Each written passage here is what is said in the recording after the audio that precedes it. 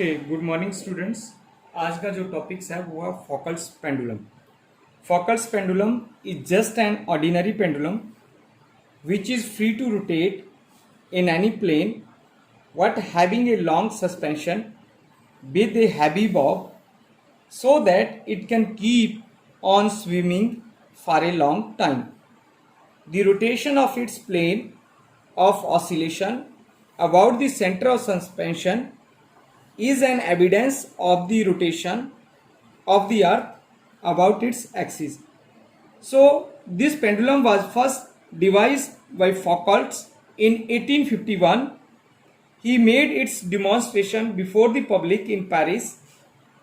The pendulum used by Foucault was 70 meter long and its weight is 28 kilogram. While its period of oscillation was nearly 17 seconds, the large length of pendulum just increasing its period of oscillation and its heavy weight make it swing for a longer time, या ऐसे भी बोल सकते हैं due to greater mechanical energy. A slight ellipticity also occurs in the trajectory of the pendulum bob, though it is not practically observable. The reason behind it that why the plane of oscillation of Foucault's pendulum rotates becomes clear if we imagine a pendulum oscillating exactly over one pole of the earth. The pendulum just goes on oscillating in its own inertial plane while the earth below it rotates. An observer sitting close to it on earth will see the plane of oscillation rotating once in 24 hours. If he is unaware of its own rotation, it is just similar to the case of the sun appearing to us to revolve around the earth. Actually the earth is rotating about its own axis. अब हम इसका mathematical treatment पढ़ेंगे कि mathematical हम कैसे इसको prove कर सकते हैं। इसका जो टाइम पीरियड्स है t is equal to 24 upon omega sine theta या 24 अपॉन साइन थीटा आवर्स कैसे बनता है वो हम इस मैथमेटिकल में देखेंगे। तो सबसे पहले हम क्या करते हैं, let us consider a pendulum of length l suspended from a point c at latitude theta. Suppose m is the mass of the bob and b is its speed at any instant and omega is the angular velocity of the earth. Then its equation of motion in the earth rotating frame of reference can be written as mar is equal to f minus mg minus 2m omega into b plus m omega square r, where f is nothing but it is the external force, mg is the weight of the bob, omega is very small, omega square can be neglected in comparison to the other terms. So the equation becomes that ma is equal to f minus mg minus 2m omega into b. अब let it be equation number 1. In terms of coordinate system, b can be written as iota x plus j cap y plus k cap z. Similarly omega को भी मैं लिख सकता हूं, similarly मैं F को भी कंपोनेंट में डिवाइड कर सकता हूं। तो उसके बाद क्या होता है हमारे पास, since omega lies only in the Y Z planes, आप फिगर में भी देख सकते हो ओमेगा को हमने वाई जेड प्लेन्स में लाई किया हुआ है। It has no component along the X axis, so omega X is equal to 0, omega Y is equal to omega cos theta and omega Z is equal to omega sine theta. अब मैं क्या करता हूं, omega into cross product निकाल लेता हूं omega का और बी का, तो I cap J cap K cap और इसके जो component X component Y component Z component, similarly X Y Z के कंपोनेंट हमने लिए। और इसको मैं सिंप्लीफाई कर देता हूं, सिंप्लीफाई करके हमारे पास क्या आता है, iota Z cap dot omega cos theta minus Y dot omega sine theta plus J X dot omega sine theta minus X cap x dot omega cos theta. Substituting the value of f and omega into b in equation number 1, then we get mar is equal to fx I cap plus fy j cap plus fz k cap minus mg k cap minus 2m bracket z dot omega cos theta minus y dot omega sin theta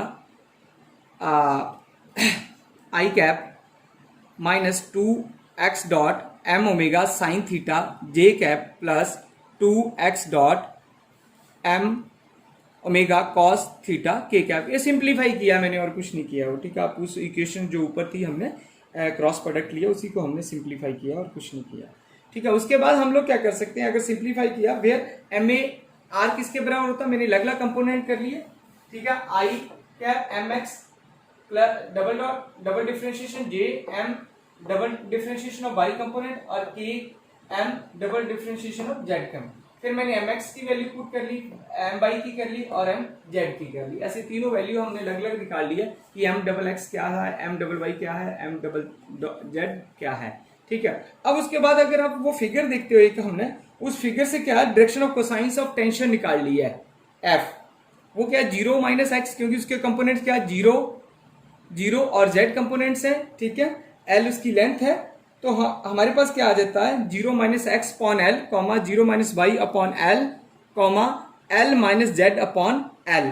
तो F X is equal to किसके बराबर हो गया minus X upon L, F Y किसके बराबर हो गया minus Y upon L, F Z किसके बराबर हो गया Z minus L minus Z upon L into F. अब ये जो वैल्यूज है ये हमने किसमें इक्वेशन नंबर 3 में पुट कर दी है। तो एम एक्स डबल डॉट की वैल्यू निकाल ली, फिर एम डबल वाई की निकाल ली डॉट की, और एम जेड डबल डॉट की वैल्यू निकाल ली। Since L is very large, so Z upon L less than equal to less than L, so the shift in z is very small. It means that z dot and z double dot are very small and may be negligible. So we can write z double dot is equal to 0 and z upon l less than very small l. Putting this value 0 is equal to f minus mg plus 2 m omega x dot cos theta, या ऐसे भी लिख सकते हैं इसको, दूसरी term side एक side लेके f is equal to M G minus 2 M omega X dot cos theta. इसको इक्वेशन नंबर 4 पुट कर लिया हम। Putting the value of f in equation in the first 2 component of equation number 3, ये तो z component था उसमें हमने put की थी, अब दो जो कंपोनेंट्स और है उसमें हम वैल्यू पुट कर रहे हैं। तो M X dot dot is equal to minus X upon L M G minus 2 M omega cos theta X dot minus 2 M omega bracket Z dot cos theta minus Y dot sine theta. ये simplify कर रहा हूं मैं, घबराने की बात नहीं, इसमें 5 सिर्फ वैल्यू पुट कर रहे हैं। इक्वेशन नंबर 5 होगी ये। सिमिलरली एम वाई कंपोनेंट के लिए है minus Y upon L bracket M G minus 2 M omega cos theta X dot minus 2 M omega cos X dot sine theta. इसको इक्वेशन नंबर 6 देते हैं। अब जो इक्वेशन 5 और 6 है इन टर्म्स ऑफ ब्रैकेट्स है, तो उसमें omega X dot less than G है ग्रेविटी, तो we get X dot is equal to minus G upon L X plus 2 by double by dot omega sine theta. इसको equation हमने 7 दे दी। Similarly हम वाई कंपोनेंट के लिए निकाल रहे हैं minus G upon L Y minus 2 X dot omega sine theta. इसको इक्वेशन नंबर हमने 8 दे दी है। So writing these equations g upon l is equal to omega naught square in equation number 7 and 8, we get x dot double dot plus omega square x is equal to minus 2 y dash sin theta.